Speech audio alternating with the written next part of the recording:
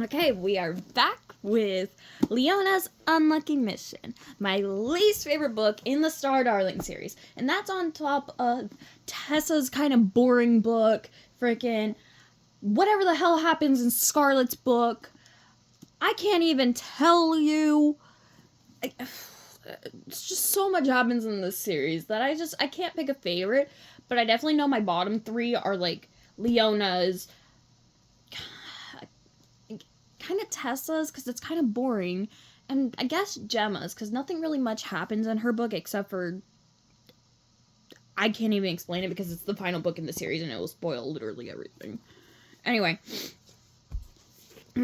Chapter 6. After dinner, Leona felt much better. And because of that, Ophelia did too. Oddly, though, a delicious meal did not have the same effect on the other Star Darlings, who left the cafe seeming more irritated than ever before. Breakfast the next morning wasn't much different, though some arguments had changed. Sage and Cassie were bickering about holobooks. Cassie was certain that Sage had borrowed her copy of Once Upon a Starry Night. "I didn't borrow it," Sage said. "But I saw it in your hands," Cassie argued, her eyes blazing behind her star-shaped glasses. "I picked it up, it's true," Sage admitted, "but it seemed kind of boring, so I put it back on your shelf." Cassie's mouth opened in disbelief. "Boring? Are you serious? Once Upon a Starry Night is the best book ever. What is wrong with you?" "What's wrong with you?" Sage retorted. "And what's wrong with you?" Libby suddenly said, staring daggers at her roommate Gemma. "Who, me?" asked Gemma. They had their own squabble going about Gemma's housekeeping skills, which Libby deemed spectacularly poor.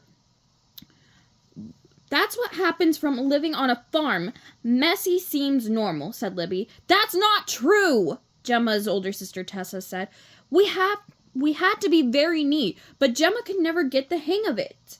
Tessa, meanwhile, had her own issues with Adora, specifically over their shared bouquet. Tessa thought that the coral flowers looked much more pleasing on her green side of the room and clashed horribly with Adora's blue. Adora found the argument frankly absurd, however, as her hollow color wheel clearly proved. Hollow color wheel. As they went on and on, Leona turned to Ophelia and rolled her eyes in wary "Who cares?" arc. In a wary "Who cares?" arc. Okay, so what's happening with Clover, Astra, and Vega and Piper? What's going on with the second years? Damn! "Oh my stars," Leona remarked to Ophelia as they left the table together, arm in arm. "Is it just me, or did everyone wake up on the dark side of the moon today?" So they aren't always like this?" asked Ophelia. "Oh, no," Leona said. "Well, she rethought that. Maybe sort of lately. But never as bad as today," she shrugged. "Lucky us is all I can say. I was actually having the same problem with my old roommate until you took her place." She gave Ophelia's arm a happy squeeze. "You're like the best, we're like the perfect roommates. It's as if we've known each other already for, oh my fucking god. It's as if we've known each other forever already, don't you think?" Ophelia smiled and nodded. "It's a cosmic connection." "Oh, wait, wrong voice. It's a cosmic connection," Leona continued. "For instance, I used to get mad at Scarlet for moving our flowers around too. But with you, I don't care. We're roommates. We should share." Sorry.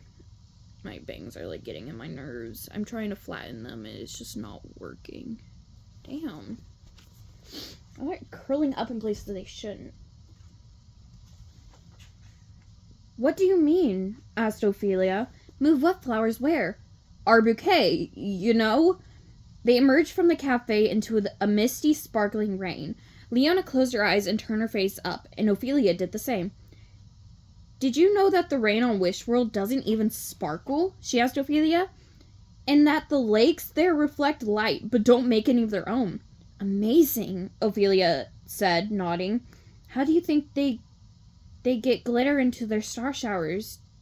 How do they get their glitter into their star showers, do you think?" "Beats me," Leona shrugged, pulled out her stars app, and dialed up an energy bubble umbrella for them both. "Anyway, I don't know where you put the flowers, but it's fine. I don't care," she went on. Wait, I'm confused now. Leona just levitated them to the desk, and then all of a sudden she doesn't know where the flowers are. Oh, wait, it's the next day. Duh. Okay, anyway. But I didn't move them, replied Ophelia. You didn't? Leona turned to her just as the lights throughout the campus shifted spectrum, turning from warm white to rosy pink. Time for first period already? Exclaimed Leona. I guess I better get going to wish theory. Ophelia was on her way to wish energy manipulation. They arranged to meet up before Star Darling's class. I always thought it was strange, you and Tessa and Adora being in that special class, Ophelia told Leona as they made their way to the soundproof classroom where the secret class was held at the end of each school day. And the others too, I guess. You all seemed so smart in your other classes. I mean, doesn't Adora win Astro Science Fair every year? Oh, now you know. So now you know, said Leona. Lady Stella just made up that story to help keep our mission confidential. None of us likes it at all. Leona groaned. But we're helping Starland, so it's worth it. Okay, so my question is, what's keeping Scarlet from blabbing? Like, she just has complete memory that she was a Star Darling and what these Star Darlings are doing. And no one thought a Starling like Scarlet might go blabbing. Especially to people who aren't Star Darlings. Like, not a lot of them know her very well. Like, Leona barely knew her. Just saying. Like, it was weird. Their special Star Darlings lesson that day was about young wisher theory and was taught by Professor Illumia Wicks, who led her class by tossing ideas into space and seeing how far they travel and how bright they grow. Star greetings, Ophelia. Why did it come out that way? Star greetings, Ophelia, she exclaimed as Ophelia and Leona entered the classroom. I heard there had been a Star Darlings replacement, but I had no idea it would be you. She whipped off her enormous star-shaped rose-tinted glasses and flashed a surprised but welcoming smile. Her wraparound dress, Leona noticed, displayed a constantly shifting pattern of stars and moons. It would certainly have hypnotized anyone who stared at it too long. I see we're all here, Professor Illumia Wicks said, as Leona and Ophelia took their seats and let them adjust to their height and weight. So let's go ahead and get started. Our star hour always goes so fast. This star day, I want to give you a scenario and ask you what you do. Say there's a young wisher who wishes for $1,000,000 in wishling currency. Libby's glittery arm shot up. Trick question, she grinned. Money wishes fall into the greedy category, which means we would never be called to grant a wish like that. Ahem. As I was saying, Professor Illumia Wicks continued, nodding to Libby, who lowered her hand to her lap. A young wisher wishes for $1,000,000 in wishling currency, not for herself, but to pay for a new playground for her school, which doesn't have one. Now tell me, how do you help? She gazed around the room as hands rose slowly. Yes, Sage, conjure a treasure and help the wisher find it. Treasure. Interesting. The professor looked around the table again. Any thoughts? Vega frowned and raised her hand. Yes, Vega, you don't agree? It wouldn't work. Oh, and why not? Any currency or jewels or precious metals we conjured would glow or glitter on Wishworld and give themselves away. Ah, interesting point, Professor Illumia Wicks said, nodding. Libby, yes, now you may speak. I still think it's a trick question, said Libby. Gemma turned her head and asked, why? Because as soon as you attach a price to a wish, it doesn't take the purity and truly good energy away. Ah, but it does, said Professor Illumia Wicks. Leona spoke up. I don't think so. It's a basic reflective property of wishing we learned last week. If the wisher's heart is pure, then their wish has to be, too. Yes, but in a way, wouldn't that wisher's wish be selfish? Cassie asked. I mean, the playground would be for her as a student at that school. Correct, said Tessa. And yet, it would also be there long after she graduates and leaves the school. Perhaps, though, you could nudge her away from the $1,000,000 wish toward a different one, but one that would have the same result. Interesting, Professor Illumia Wicks' smile lit up. Such as the whole community coming together to raise money, suggested Tessa. Oh, I know, Astra exclaimed. She could organize one of those a-thons they do so much on Wishworld, a walk-a-thon or a jump-a-thon or something like that. Or a cake trade, Gemma offered. They're always doing those down there. I think you mean a bake sale, said Professor Lumia Wicks. But yes, I like where this is going. Don't stop. Any more ideas? How about a fashion show fundraiser, said Adora. Wishling garments are so dull, we know, but still, it could be fun.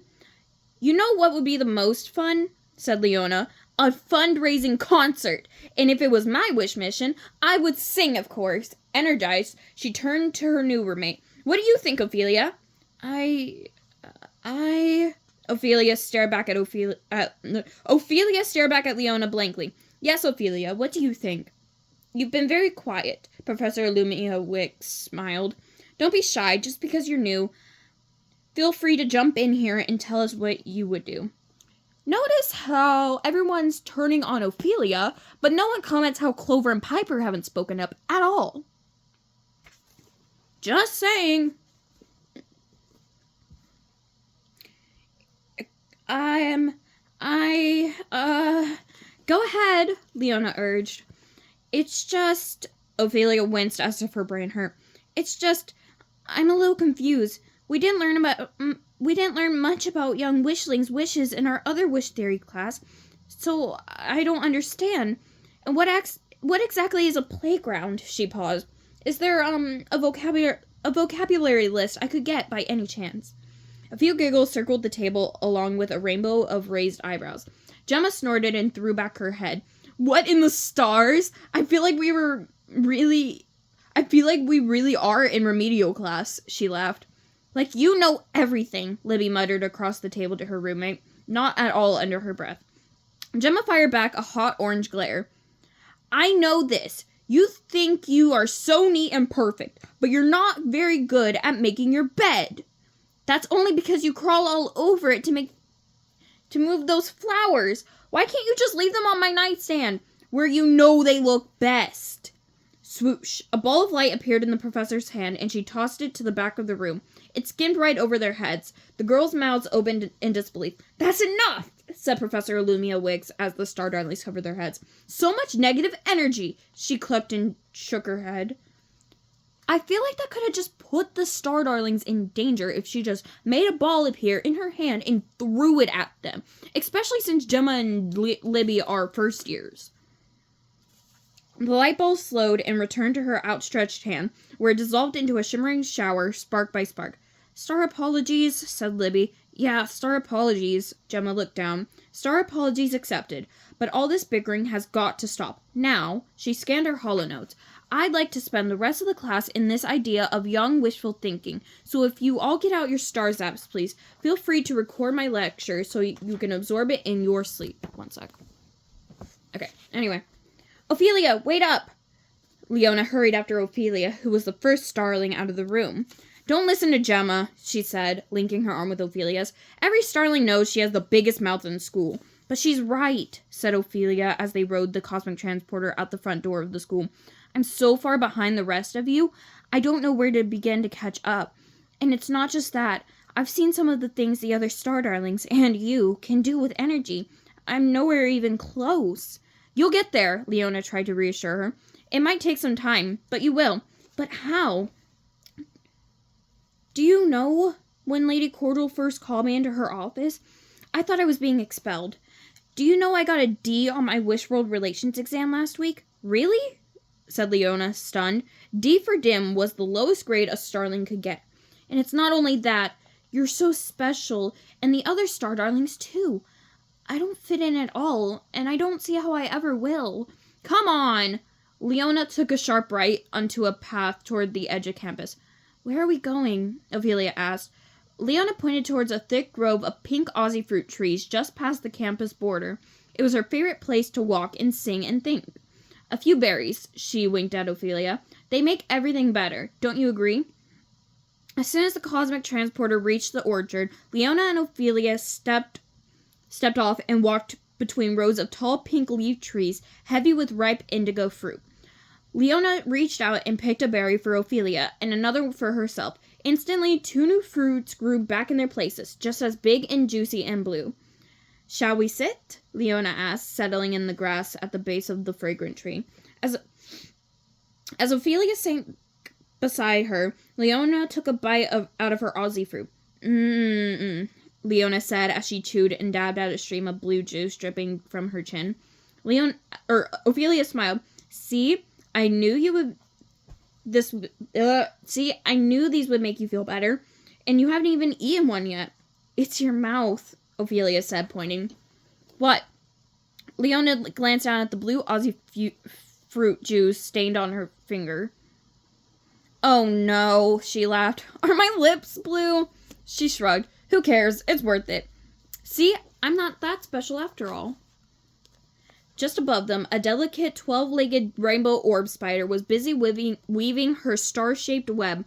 The star silk stretched between the branches like shiny tinsel, flashing whenever the sunlight found it. Did you feel this way at first? Ophelia asked Leona. Like you didn't know why you were picked? Leona almost answered, sure. But then she realized that wasn't true. In fact, she remembered clearly how right being chosen had felt. Of course, I'm a star darling, she thought. When Lady Stella assembled them the first day, and I'm going to be the best. Don't worry, she told Ophelia instead. It's going to get easier. Use your mirror mantra. It always helps me. Mirror mantra? Asked Ophelia. Yes, you know, the words you recite when you need strength or reassurance. You can use it with your wisher, too. Ophelia looked at her blankly. I don't know. I guess I haven't gotten one yet. No? That's odd. Well, I'm sure you will. This is mine. You are a star. Light up the world. Leona grinned proudly. Nice, right? When you say it without a mirror, it makes you feel good and positive. When you say it on Wish World in front of a mirror, you can see yourself with your starred land glow. Do you think I could use yours until I get mine? Leona's eyes brightened. Sure, knock your stars out. Then suddenly both their star zaps flashed. Ooh, what's going on? Ophelia looked down as hers began to vibrate wildly, much more strongly than it did for a normal alert. Leona read the screen, already knowing what it would say. Another Wishor has been identified, she told Ophelia. Come on, we need to get to Lady Stella's office ASAS, as soon as star possible. Not to the wish house? Said Ophelia, scrambling to her feet. The wish house is for regular wishes, said Leona. We have a special, secret one, way under Halo Hall, for no other wishes, just ours. She quickly grabbed a handful of berries. For energy, she said. After all, who knows? The Wishor might belong to one of us. Chapter 7. Okay, that's it for this video.